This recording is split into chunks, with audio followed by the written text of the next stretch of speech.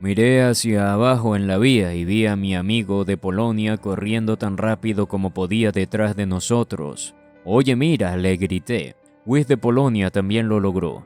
Wiz se lanzó a una carrera olímpica. Vamos, vamos, gritamos mientras corría a lo largo de la vía. Lo tengo, grité, y varios de nosotros lo ayudamos a subir. Nos sentamos en el suelo, sin aliento, y observamos cómo pasaba nuestra tierra natal. Éramos un grupo de adolescentes de cara de bebé, entrenados y supuestamente listos para la batalla, típicos soldados. Desde ese momento nunca supimos a dónde íbamos, dónde estábamos, cuándo llegábamos, ni cuánto tiempo nos quedaríamos. Se acercaba la festividad favorita de mi familia, la Navidad, y no sabía cómo la pasaría, ya extrañaba a mi familia. El largo viaje en tren nos llevó por el centro de Alemania, Baviera y Tirol, antigua Austria, ahora la Ostmark, y a través del paso del Brennero, la frontera entre Alemania e Italia. Dejábamos las puertas abiertas durante el día para ver pasar el paisaje. No podíamos esperar para ver Italia, nuestro glorioso aliado fascista. Aunque temblábamos y nuestros estómagos gruñían la mayor parte del tiempo, las provisiones en el viaje eran raciones frías y una taza ocasional de café caliente, servida por trabajadores de la Cruz Roja en las ciudades. Las raciones frías eran pan enlatado con queso o carne para hacer un sándwich. Esperábamos con ansia las grandes calderas humeantes de estofado de carne y verduras que se servían a los militares en algunas de las estaciones de tren. Nunca sabíamos cuánto tiempo permaneceríamos en una estación, ya que los transportes de tropas de reemplazo eran secundarios a otras necesidades militares, como trenes de suministro que iban hacia el sur y trenes con heridos que iban hacia el norte. Cuando llegamos a Roma, mi espíritu aventurero emergió. Desde mi posición en el tren podía ver la cúpula de San Pedro sobre los tejados. Ahora había algo que explorar y aquí estaba, atrapado en el tren. Al partir, nuestro sargento nos dio números de transporte por si el tren se ponía en marcha repentinamente y nos dejaba atrás. En caso de que eso sucediera, nuestras órdenes eran abordar cualquier tren italiano que se dirigiera al sur. No me llevó mucho tiempo darme cuenta de que podía usar los números de transporte como boletos de excursión. Cuando hicimos una parada en Nápoles una noche, mi espíritu imprudente emergió. Ante mí se extendía una ciudad fabulosa, invisible como un tesoro escondido. Vamos chicos, dije, tratando de persuadir a Marcos y Dieter. Vamos a ver este lugar. Tenemos el mentiroso. Los mentirosos italianos se distribuían cuando ingresábamos a Italia, cuando expliqué que este sería el único lugar donde podríamos gastar el dinero que ardía en nuestros bolsillos. Los dos aceptaron la aventura. No hablábamos el idioma ni conocíamos la ciudad, que estaba en total oscuridad. Sabía que sería difícil orientarnos. Afortunadamente, todos habíamos desarrollado ojos de gato después de años de apagones en Alemania. Los apagones eran habituales en todos los países en guerra, debido a los ataques aéreos. Un poco demasiado confiado, fui demasiado rápido para mi propio bien. Tropecé con objetos y caí varias veces mientras mis amigos se reían de mí. ¿Realmente sabes dónde vas, orejas de antena?, burló Dieter. Luego escuché el tintineo de vasos y el inconfundible olor a vino y cacahuates, y divisé una taberna al aire libre. ¿Ves? Sabía que encontraría algo, le dije, mientras buscaba un lugar para sentarme a través de la oscuridad. Sí, orejas de antena, lo lograste, tuvo que admitir Dieter. Se acomodó en un taburete de bar, a la luz de la pequeña vela. Pude ver a los italianos, nuestros aliados, saludándonos amistosamente. Por primera vez en semanas nos sentimos libres y relajados, comiendo cacahuates y bebiendo vino Chianti. Habíamos esperado ver algunas chicas, pero en esos días a las señoritas decentes no se les permitía socializar en lugares así. Después de muchas horas de camaradería con los italianos, sucumbimos a nuestras costumbres y tambaleamos de regreso a nuestro tren, que aún estaba en la estación. Nos sonreímos por nuestra pequeña aventura y el hecho de que no nos hubieran atrapado. El tren pronto se puso en marcha, llevándonos al resto del camino a Reggio di Calabria, en la bota de Italia. Cuando saltamos del tren nos dirigieron a lo que parecía ser un campo de prisioneros de guerra rodeado por una alta alambrada. ¿Qué está pasando?, murmuré. Mis amigos y yo intentamos encontrar a alguien a cargo. Estos son sus alojamientos temporales en el camino a África, explicó nuestro sargento. Están bajo estricta seguridad. ¿Cuál es la razón de esto?, pregunté. Lo verás, vimos que por esa noche nuestro campamento estaba tranquilo durante el día y era un hervidero de actividad por la tarde, cuando los italianos venían con vino y dinero para comerciar o pagar por partes de nuestros uniformes. Nuestro uniforme tropical consistía en prendas de algodón verde caqui, 2 pares de pantalones largos, uno de los cuales era un par de pantalones jogpur, pantalones de equitación y un par de pantalones cortos, 3 camisas de manga larga, ropa interior y calcetines. Nuestro calzado tropical estaba hecho de lona y cuero, botas altas hasta la rodilla, para usar con nuestro jogpurs, y un par de botas hasta el tobillo. También teníamos prendas de lana para las frías noches del desierto, un suéter, un abrigo y guantes de lana. Cada uno de nosotros llevaba cinturones de lona con un braiboitel, lo mismo que es un portador para llevar un suministro diario de raciones, un arma lateral, 2 botellas de agua, un casco de acero, un casco de corcho, una gorra con visera y un fusil K-98 también formaban parte del equipo. Nuestro equipo total incluía una mochila con una manta y un poncho especial, que se podía enganchar a una tienda con los ponchos de otros 4 hombres, una máscara antigás, gafas de sol y antipolvo, un pañuelo antipolvo y un juego de cubiertos completaban el equipo. Totalmente equipados con este equipo, parecíamos más bien turistas adinerados. El soldado italiano típico tenía solo un uniforme hecho de lana y generalmente le faltaban botones. Algunos soldados ni siquiera tenían cordones de botas. Regateaban a través de la cerca todas las noches por nuestros equipos, sin éxito. Los italianos no se daban cuenta de que necesitábamos todo lo que teníamos.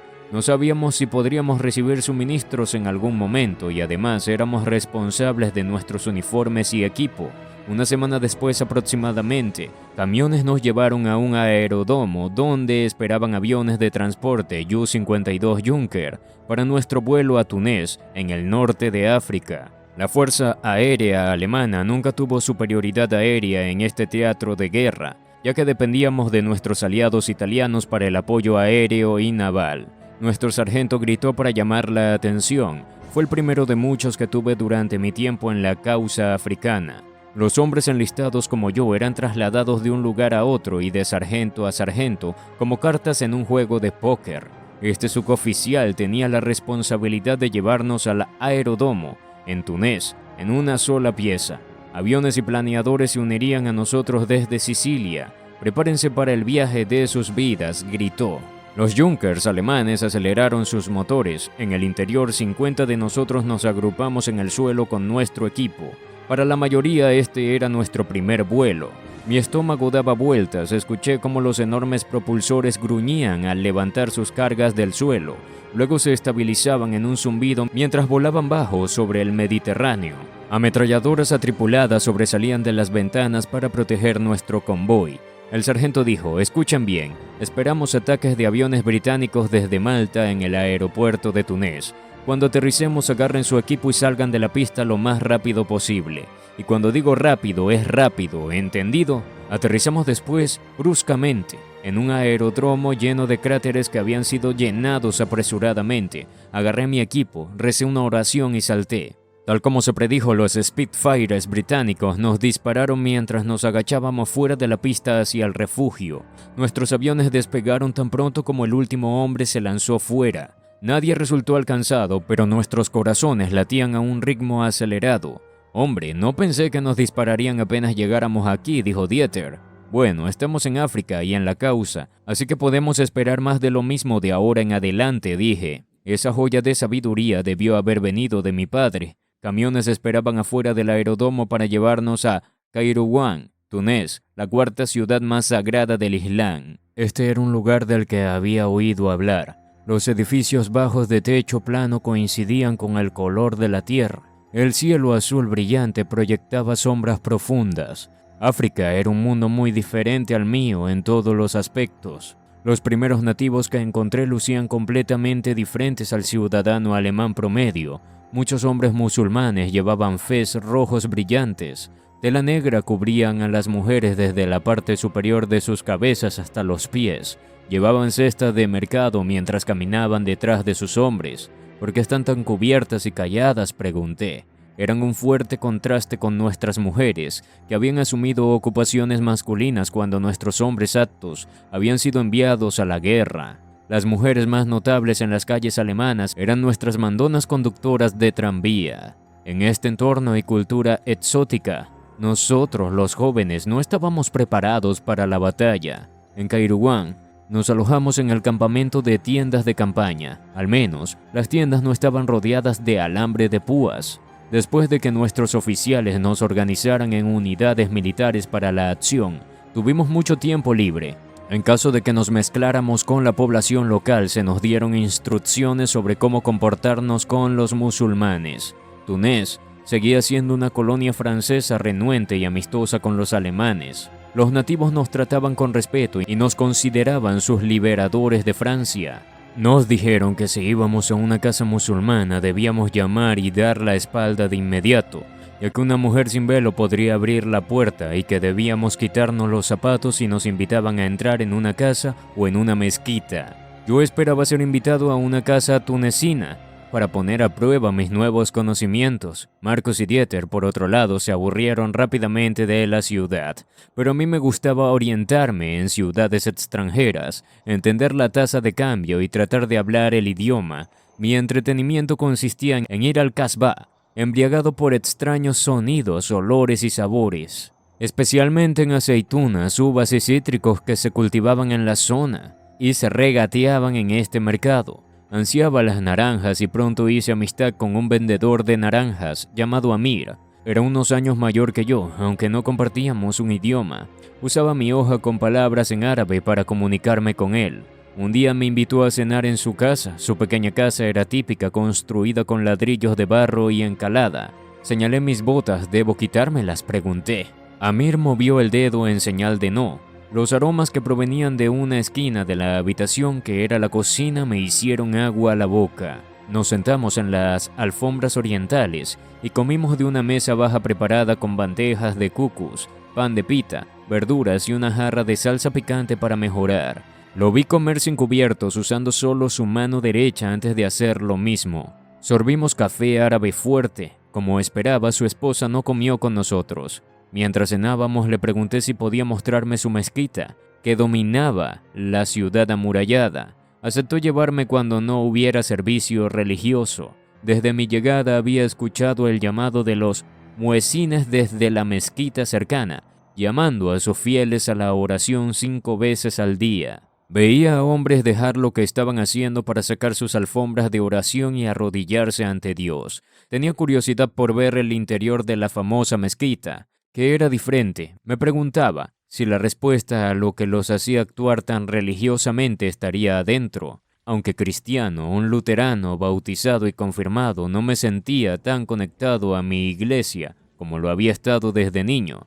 Las observancias religiosas estaban desalentadas bajo el régimen de Hitler. Mis padres me contaron que se sentían divididos y confundidos por la ausencia de la religión en sus vidas. Sabía poco de las otras 2 religiones principales, el judaísmo y el islam. Ahora aquí hay algo para escribir a casa. Después de la cena, Amir y yo nos acercamos a la enorme mezquita. Se elevaba por encima de las casas de barro de techo plano. Una torre en su techo dominaba la ciudad. ¿Tengo que quitarme las botas?, pregunté de nuevo, señalando mis pies. Amir hizo clic con una lengua varias veces en reprimenda de que tuviera que preguntar siquiera. Me hizo un gesto para que me las quitara. Dejar mis botas irreemplazables afuera era un acto de fe. Traté de vigilarlas mientras me maravillaba del interior de la mezquita, muy diferente a mi iglesia local en Kiel, Alemania. Abierta al aire libre, las características más notables de la mezquita eran su luminosidad y sus columnas dispuestas en filas en un interior desprovisto de bancos y sillas. Amir señaló la pared frente a nosotros y dijo, «La Meca». Entendí que la pared ante la que estábamos de pie miraba hacia la Meca. La enorme sala estaba dividida por una rejilla en secciones para hombres y mujeres y decorada con azulejos de mosaicos pintados brillantemente. Amir me brindó una visión privilegiada del Islam.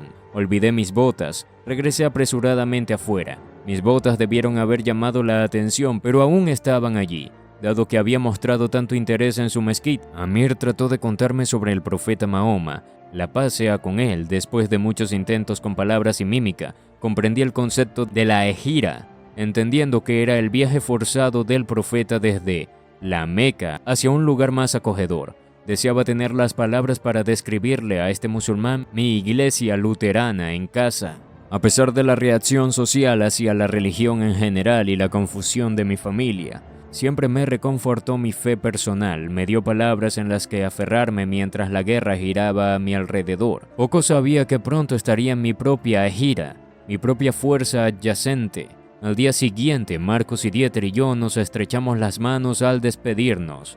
Me asignaron una unidad antitanque que se desplazó en un frente militar en algún lugar cerca de Espeleta o Caserina. Muchos frentes salpicaban la larga y dentada línea de ataque y defensa. Tenía curiosidad por ver cómo era un frente en realidad. No sabía si me sentía aliviado o decepcionado cuando lo único que vi fue más que el mismo desierto. La colocación de mi unidad por el mariscal de campo Erwin Rommel era una pequeña parte de un plan complicado para expulsar a los aliados de Túnez. Rommel se retiró 1.400 millas a través de Egipto y Libia para llegar a Túnez en la línea Marit en enero de 1943. En febrero se unió al coronel Jürgen von Arnim del 5º Ejército Panzer, que Hitler había apresurado a Túnez después del desembarco de la Operación Antorcha de América. La caballería blindada es un núcleo del ejército motorizado, declaró Rommel. Todo depende de ella. Ciertamente el zorro del desierto basó toda su campaña en esta premisa. El desierto en sí, en su terreno llano y abierto, proporcionó el escenario para la guerra blindada en una forma clásica. El resultado fue una carrera tecnológica para ver qué nación podía equipar a sus ejércitos con tanques que superaban en disparos, maniobrabilidad y resistencia en sus enemigos. Los tanques iban desde modelos ligeros y rápidos para reconocimiento hasta tipos altamente blindados para asaltos a posiciones fortificadas. Los estadounidenses tenían tanques Sherman que podían alcanzar velocidades de 25 millas por hora y tenían cañones de 75 milímetros en una tormenta motorizada. También tenían tanques Grant que eran más grandes y tenían cañones 37 y 75 milímetros, pero un defecto de diseño obstaculizaba el arma más grande. Nosotros teníamos Panzers. El Panzer III era rápido y maniobrable y llevaba un cañón de 50 milímetros. Los Panzers IV, tanques Tiger, enfrentaban nidos y ametralladoras, tanques, infantería y cañones antitanque con un cañón de torreta de 75 milímetros. Para cuando llegué a África, teníamos los últimos modelos equipados con blindaje más grueso y cañones más potentes y de cañón más largo que antes. Reunidos en el frente, yo, junto con los demás hombres alistados, esperaban instrucciones. «Saquen sus palas, muchachos», dijo nuestro sargento con una sonrisa, «y háganse sentir como en casa». Nos dividimos en equipos de 4 hombres y cavamos en la llanura plana para protegernos de las balas y del clima. Teníamos con nosotros nuestros cañones antitanque de 50 y 75 milímetros, que remolcábamos detrás de vehículos abiertos todoterreno, mitad camión, mitad tanque, pintados de color beige. Nos acomodamos lo mejor posible en nuestras trincheras. Se necesitaba un poco de ingenio. Las cajas impermeables para máscaras de gas eran ideales para proteger nuestros cigarrillos de mojarse. Nos quejábamos de que los oficiales nos habían sobrecargado con demasiadas cosas para llevar. Descartamos los cascos de corcho que no nos protegían ni de las balas ni del frío, pero estábamos agradecidos por nuestros suéteres y guantes de lana y nuestras capas. La temperatura bajaba hasta 60 grados durante la noche. Esperábamos ver acción, sin embargo, ni veíamos ni escuchábamos señales de la batalla. Nos dijeron que la acción estaba teniendo lugar en el norte. Aún así, el peligro era un compañero constante en el frente. El suelo estaba lleno de minas explosivas, tribus de nómadas del desierto, llamados beduinos. A menudo aparecían mientras seguían sus rutas comerciales establecidas desde hace mucho tiempo. Hombres con turbante, envueltos en túnicas y con botas de cuero, montaban camellos con mantas de montar tejidas de colores. Las mujeres beduinas iban adelante para buscar minas. Las mujeres eran obviamente más desechables que los camellos en las minas de los beduinos. ¿Eran esposas o esclavas?, me preguntaba. Observar el paso de los nómadas era un divertimiento bienvenido.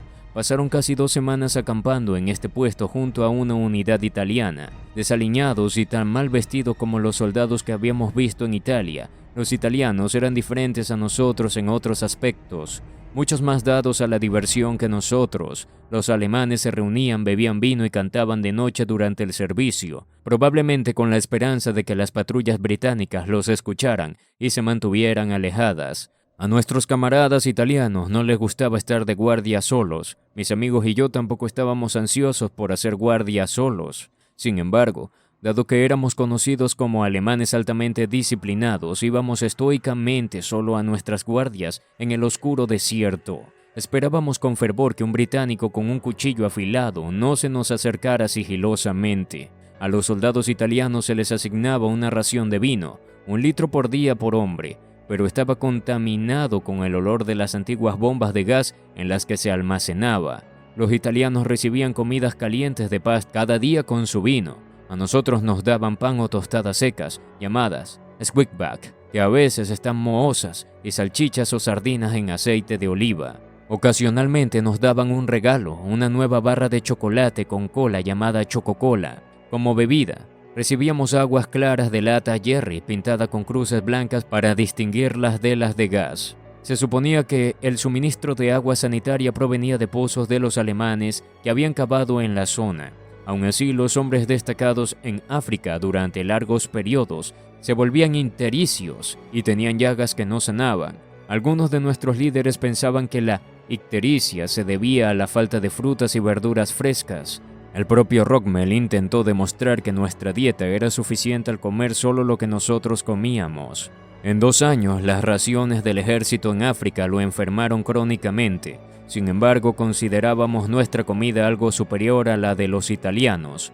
Los italianos parecían sentir lo mismo.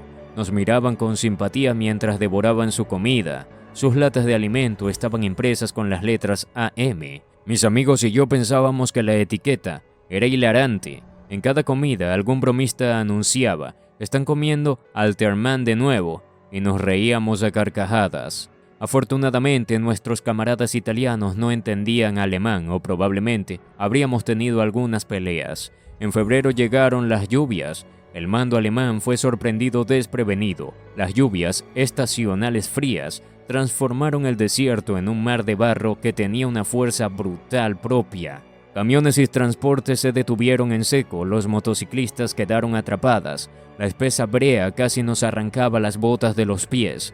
¿Cómo se supone que vivíamos en este lodazal?, le pregunté a mi sargento. Podría ser peor, dijo él. Ningún bando quiere arriesgarse a una batalla atascada en el barro. Piensa en esto como unas vacaciones. Lo único que nuestro comandante pudo hacer con esas condiciones fue asegurar cadenas para los neumáticos y las orugas para evitar quedar atrapados en nuestro propio campamento. Vivíamos, comíamos y dormíamos en un frío fango. El lodo húmedo era nuestro compañero de cama. Los ponchos que desenganchábamos en tiendas para 4 personas estaban tan embarrados como nuestras trincheras. No teníamos forma de mantenernos limpios y secos. A mediados de febrero de 1943, el mariscal de campo Rockmel retiró a mi unidad del frente para formar parte de la preparación de una nueva ofensiva alemana en el norte de Túnez. Mientras nuestra caravana blindada se dirigía hacia las montañas de Atlas, el paisaje cambió. Me emocioné al ver un paisaje colorido tan diferente de mi hogar al del mar Báltico. Allí estaban acostumbrados a las olas azul-gris, gaviotas blanco y negro y muelles de madera desgastados. Aquí pasamos por cordilleras escarpadas de rocas rojas, ríos sinuosos, bosques de corcho, olivares, viñedos y granjas rústicas. Pero en un breve descanso escuché a nuestro sargento señalar las desventajas del paisaje que yo admiraba. Miren esos estrechos desfiladeros de montaña. Nuestros tanques podrían tener que pasar por ellos apretados. Observen las laderas cubiertas de arbustos. El enemigo puede ocultar morteros allí. Echen un buen vistazo a la altura de esas colinas. El enemigo podría estar allá arriba observándonos en este momento, dijo el sargento mientras entrecerraba los ojos mirando a una cresta. Un escalofrío recorrió mi espina dorsal mientras intentaba localizar exploradores británicos sobre nosotros. Años después leí que nos dirigíamos a participar en uno de los elaborados planes de Rockmel para derrotar a los otros británicos. Nuestro regimiento, los 47 granaderos Panzer, se convirtió en parte del grupo de combate Bowes, liderado por el teniente coronel Bowes, nuestro comandante. Éramos reserva contra los británicos, que habían reunido fuerzas al retirarse a Libia. Tuvimos un primer encuentro con los métodos de lucha británicos en nuestro primer enfrentamiento. Los británicos lideraron a sus tropas con el inquietante gemido de las gaitas escocesas, mientras nuestro duro sargento nos animaba. El ominoso silbido de las gaitas enviaba descargas de adrenalina por mi espina dorsal. Hombre, desearía poder callarlos, grité sobre el estruendo. Desearía poder ayudarte a hacerlo, dijo el sargento. Mis amigos fruncieron el ceño y se pusieron serios. Preparados para la batalla, estábamos tan listos como podían estar unos adolescentes. A nuestra unidad se les asignó la acción contra tanques. Se necesitaba un trabajo en equipo fluido para manejar la munición, cargar y apuntar a los cañones antitanque. Nuestro grupo inexperto de jóvenes siempre se colocaba en los márgenes de la batalla y escaramuzas. Sabíamos que teníamos mucho que aprender, esperar vivir lo suficiente para aprenderlo. Hacíamos lo que se esperaba de nosotros y estábamos atentos a las órdenes. Durante este enfrentamiento y los siguientes probamos un adelanto de las batallas que aún estaban por venir. Nos colocaron tan atrás del fragor de la lucha que veíamos muy poco de lo que sucedía. Pero oíamos los disparos y podíamos decir que nuestros chicos se estaban defendiendo. Cuando no estábamos al frente, dormíamos en tiendas y a veces en granjas abandonadas. Entonces podíamos limpiar el barro de nuestro equipo y de nosotros mismos. Una vez limpios, podía escribir cartas a mi familia. Nuestro correo, que incluía un periódico del ejército alemán llamado Die Osai, el Oasis, y una comida ocasional de estofado de carne, se entregaba en una cocina de campaña a unos 10 kilómetros detrás de nuestras líneas. Uno de nuestros conductores de vehículos todoterreno tenía que esperar hasta la oscuridad antes de poder conducir de vuelta a la cocina de campaña para recoger la comida y el preciado correo. Por la noche, los bombarderos británicos eran esporádicos en contraste con el día. Cuando bombardeaban continuamente, una noche me dijeron que acompañara a un conductor de vehículo todoterreno llamado Mats para recoger nuestra comida y correo. Visiones de un delicioso estofado de carne y guisantes y papas bailaban en la misma mesa. Mats miró con desagrado la noche clara y centellante. Esta no es una buena noche para una recogida. ¿Por qué?, pregunté. No veía ninguna razón para estar asustado. Incluso la luna parecía cooperar al ser lo más pequeña posible. Es demasiado silencioso, dijo Mats. Es fácil montar la cocina de campaña cuando hay una tormenta. Pensé que las tormentas siempre hacían que conducir fuera más arriesgado, comenté. No en este caso, dijo Mats. Verás a lo que me refiero. El desierto estaba tan silencioso que nuestro vehículo, que se volvía aún más ruidoso con cadenas en sus orugas, atrajo la atención de artilleros británicos antes de recorrer una milla. Los británicos nos localizaron solo por el sonido. Las explosiones de proyectiles estallaban a nuestro alrededor. Matt se detuvo por un minuto. ¿Qué hacer? Sigue adelante. Da la vuelta tan pronto como pisó el acelerador. Un proyectil explotó justo donde nos habíamos detenido. Dios nos está vigilando, pensé. Me aferré a mi asiento mientras Matt aceleraba a toda velocidad hacia la cocina de campaña. Nos detuvimos solo lo suficiente para recoger latas individuales de estofado unidas de 3 en 3, así como una bolsa impermeable de correo. En el viaje de regreso, los artilleros británicos volvieron a centrarse en nosotros. Los proyectiles volaban densos y rápidos. Matt pisó el freno bruscamente. «Agarra la comida, sal fuera», gritó Matt. Sí, lo tengo», grité. Mats y yo agarramos el correo y tantas latas como pudimos antes de lanzarnos a un cráter hecho por proyectiles de artillería. El aroma apetitoso del gravy de la carne flotaba a nuestro alrededor mientras yacíamos en el barro con los proyectiles silbando sobre nuestras cabezas. «¿Cuándo podemos volver?», grité. «Cuando yo diga», gritó Mats. Permanecimos en el lugar hasta que Mats consideró seguro regresar y poner en marcha el vehículo. Mats tenía una visión nocturna excepcional. Siguió un rastro que yo no podía ver y localizó zanjas negras en la oscuridad. 2 veces más, Matt frenó para detenerse cerca de hoyos profundos y me ayudó a agarrar toda la comida antes de arrojarnos con las latas en el lodo. Para cuando regresamos y entregamos el correo y la comida, ya no tenía hambre. Nuestro pequeño viaje al desierto fue una distracción de la que podría haber prescindido. Una vez por semana, otro tipo de distracción caía del cielo. El Africa Post se entregaba mediante un lanzamiento desde gran altitud desde un avión aliado. Un periódico en alemán generado por estadounidenses resaltaba los fracasos alemanes en todos los frentes.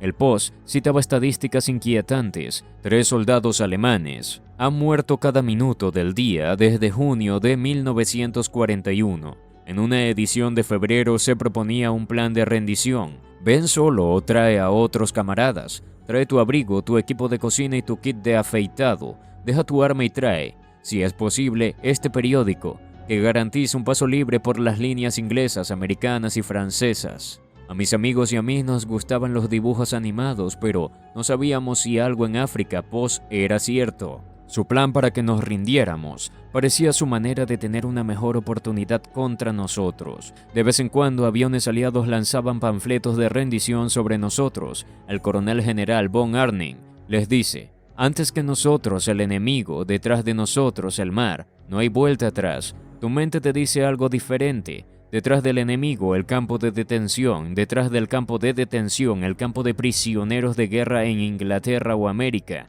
Detrás del campo de prisioneros de guerra, el hogar, hay un camino de vuelta.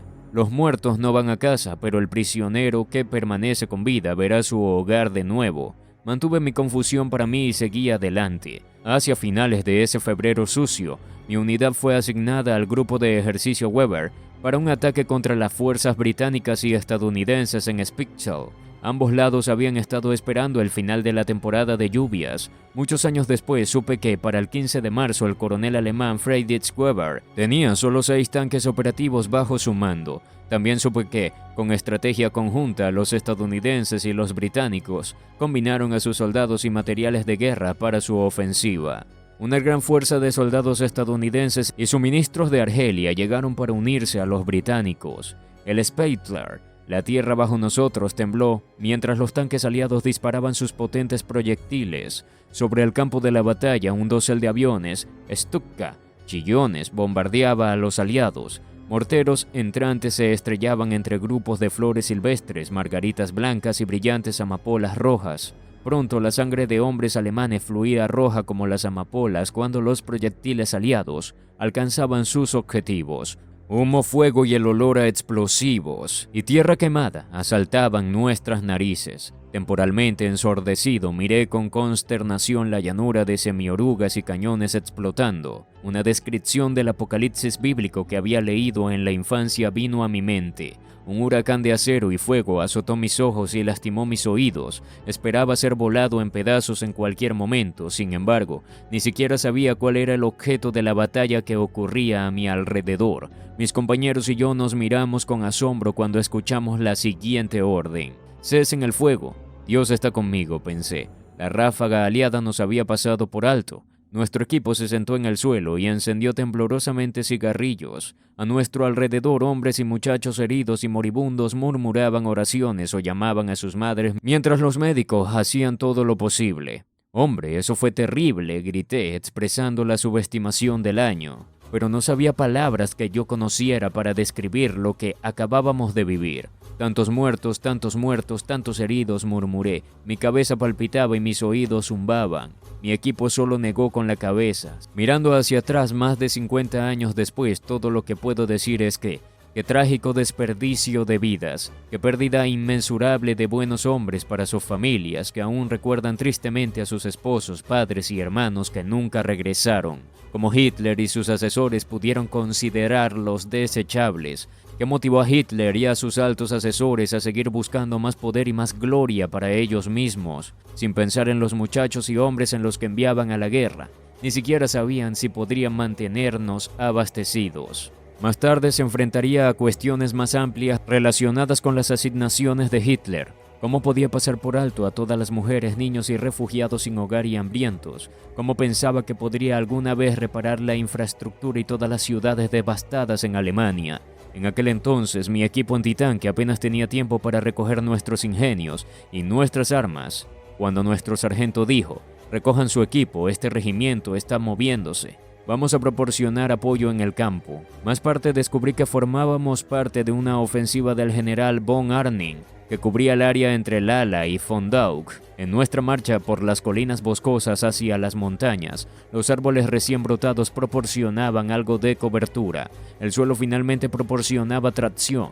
Afortunadamente pudimos instalar nuestros ponchos en la tierra seca. Tuvimos poco respiro antes de nuestra próxima gran pelea, la batalla de Kasirine Pass. Este paso era uno de los pocos corredores amplios a través de las montañas. Aunque no lo sabía en ese momento, la batalla era crucial para el enemigo porque el paso conducía a Argelia y a la ciudad de Tabesa, una base vital de comunicaciones y suministros aliados. Otro camino llevaba a la ciudad de Tala. Con tanques y aviones, Rommel de Alemania persiguió a las tropas estadounidenses a través de Túnez hasta el dorsal occidental de las montañas de Atlas. El 19 de febrero de 1943, los estadounidenses tuvieron que hacer frente en la cuenca de Kasserine Pass para defender a Tebesa. Nos dirigimos por 5 estrechos pasos hacia la cuenca, acompañados por los aullidos de los Stukas. Esta fue la primera vez que las fuerzas del eje se enfrentaron a los estadounidenses en una gran batalla en África. Nuestro sargento confiaba plenamente en el general de la brigada, Carl Ballywus, quien lanzó un importante bombardeo de artillería.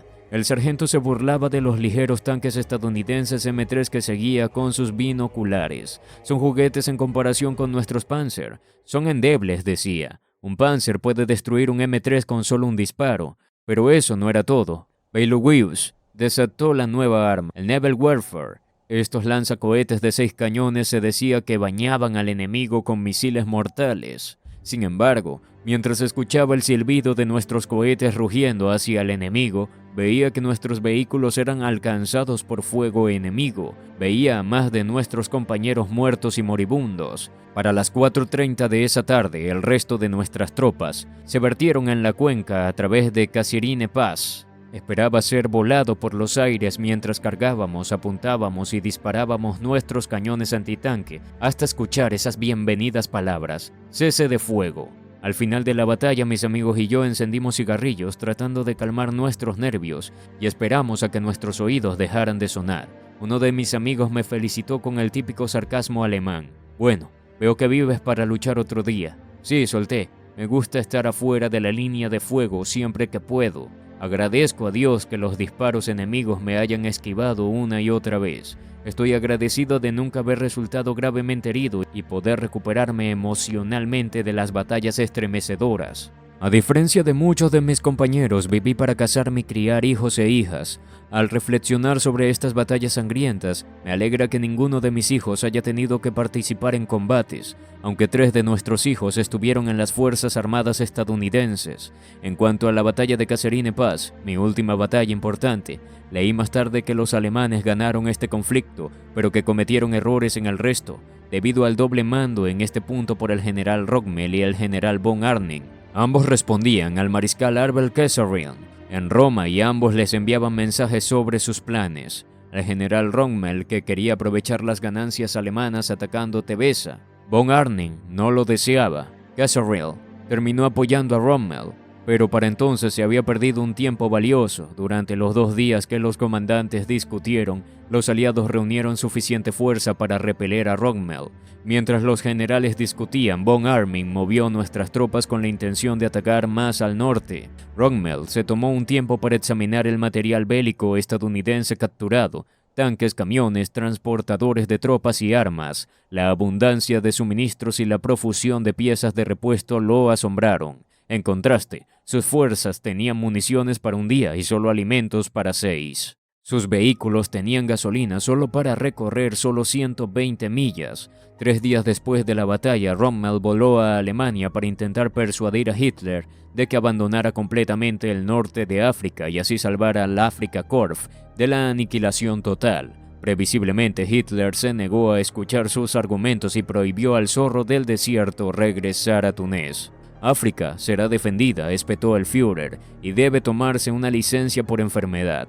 Hitler dio el mando de ambos ejércitos al coronel general von Arnim. Como soldados rasos sabíamos muy poco sobre todo esto. Cuando llegó el siguiente número de nuestro periódico del ejército alemán, el Oasis, leímos que Rommel se había enfermado y von Arnim lo había reemplazado. «Muévanse», gritó el sargento. Seguimos su liderazgo, retrocediendo en la dirección de la que habíamos venido originalmente, a una posición defensiva en el oeste de Kairouan. En abril, una enorme fuerza de tanques estadounidenses nos atacó en 2 escaramuzas con feroces lluvias de artillería. Las conchas volaban, estallaban los morteros y las balas volaban por todas partes a la vez. Esta vez nuestra unidad no tuvo tanta suerte, no podíamos movernos, nuestras semi-orugas se habían quedado sin combustible. A través de estallidos y estruendos, vi cómo explotaban nuestros cañones antitanque y semi-orugas, vi a nuestros hombres muertos o heridos. Seguimos disparando hasta que escuchamos la orden de retirada. Los que quedamos en pie abandonamos nuestros cañones antitanques y seguimos a nuestro sargento hacia las colinas. La belleza de la primavera en pleno esplendor se perdió para mí. Me sentía aturdido, impactado y exhausto. Los chicos a mi alrededor lucían de la misma manera. La pérdida de nuestros vehículos se convirtió en soldados a pie. La infantería, con apenas tiempo para recuperar el aliento, marcharnos hacia una ofensiva que descubrí más tarde que era Mejes el Bab. Mi unidad aún estaba adscrita a Group Weber. El grupo completo incluía a Panzergruppe Lang, con 77 tanques, 14 de ellos Tigres. Weber tenía otros 3 grupos, Group Egder, Group Audorf y Group Schmidt.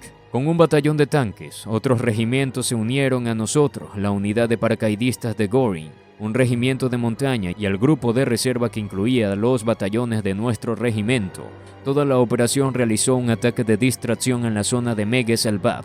Mi unidad intentó tomar otra colina llamada Colina Grenadier y parecía estar teniendo éxito, pero escuchamos una orden: detengan el ataque. En ese momento marchamos hacia la colina Lockstops, una ubicación que nuestro lado había mantenido durante 4 meses. La colina Longstop, conocida por los lugareños como Jebel Amera, tenía alrededor de 2 millas de largo y unos 690 metros de altura. Aunque no era evidente de inmediato, Longstop tenía 2 picos gemelos de aproximadamente la misma altura. Esto fue una ventaja para nuestro lado. Quien controlara la colina Longstop comandaba el valle hasta Túnez. A unos 25 kilómetros de distancia, el día siguiente, los aliados, precedidos por el lamento de las gaitas, intentaron tomar la colina Lockstop. Nos atacaron una y otra vez durante los siguientes 4 días. En la tercera noche, nuestros acosados oficiales sacaron lo que quedaba de su brandy y se lo dieron a sus tropas para revivirlas. «Beban», dijo nuestro sargento, «les hará sentir mejor. Puede que haya relajado mis músculos adoloridos, pero a la mañana siguiente me sentí aturdido y desequilibrado». La batalla se reanudó. En medio del fragor fui golpeado en la espalda y caí de bruces. Pensé que me habían atravesado con balas. Me sorprendí cuando miré a mi pecho y no vi sangre. Klaus, mi compañero de equipo, me revisó. «¿Qué tan mal estás? ¿Estás herido? Hay algo de sangre en tu espalda». «Supongo que estoy bien», dije. Él me levantó y me examinó más de cerca. «Por el amor de Dios», dijo, «parece que te han alcanzado con nuestra propia metralla». «Pero estoy vivo», pensé. «Dios es realmente bueno». No teníamos tiempo para que Klaus sacara la metralla, así que untó mis heridas con crema de azufre que habíamos estado usando para las picaduras de cactus y las picaduras de escorpión. Luego colocó algunas vendas. Gaiteros tocaban extraños aullidos y aullidos mientras nos perseguían. Sus gritos salvajes sonaban como si estuvieran casi a nuestros pies. Explosiones de municiones aniquilaban a más de nuestros hombres. Ataque tras ataque, nuestra respuesta se debilitaba. Incluso un soldado raso podía ver que nos habíamos quedado sin municiones. Nuevas órdenes fueron gritadas. «Retirada». Nos apresuramos hacia atrás y nos reagrupamos en el pie de la montaña de Atlas. Recibimos nuestra próxima orden en una colina. Caben trincheras. La tierra volaba gruesa y rápida mientras los soldados cavaban tan profundo como fuera posible para el próximo embate. Klaus y yo cavábamos frenéticamente más y más profundo, arrojando tierra con cada pala en todas las direcciones. Sentíamos la respiración de los aliados en nuestra nuca. Finalmente, satisfechos con nuestro trabajo y agazapados, escuchamos los inconfundibles chillidos y rugidos de los tanques que se acercaban a nosotros. Como jóvenes zorros en sus madrigueras, tratamos de fundirnos con el desierto, hasta que los sonidos de la guerra se desvanecieron. Al cerrar este cautivador viaje por los recuerdos de la Segunda Guerra Mundial, recordemos que estas narrativas no solo son relatos pasados, sino lecciones atemporales de coraje y resiliencia. Al explorar estos testimonios, celebramos la humanidad que prevalece incluso en los tiempos oscuros. Pero antes de terminar, te invito a que te dejes un me gusta y te suscribas activando las notificaciones para que no te pierdas ninguno de nuestros increíbles relatos. Que estas historias nos inspiren a valorar la libertad y a nunca olvidar el legado de aquellos que dieron todo por un mañana mejor. Hasta la próxima aventura en la historia.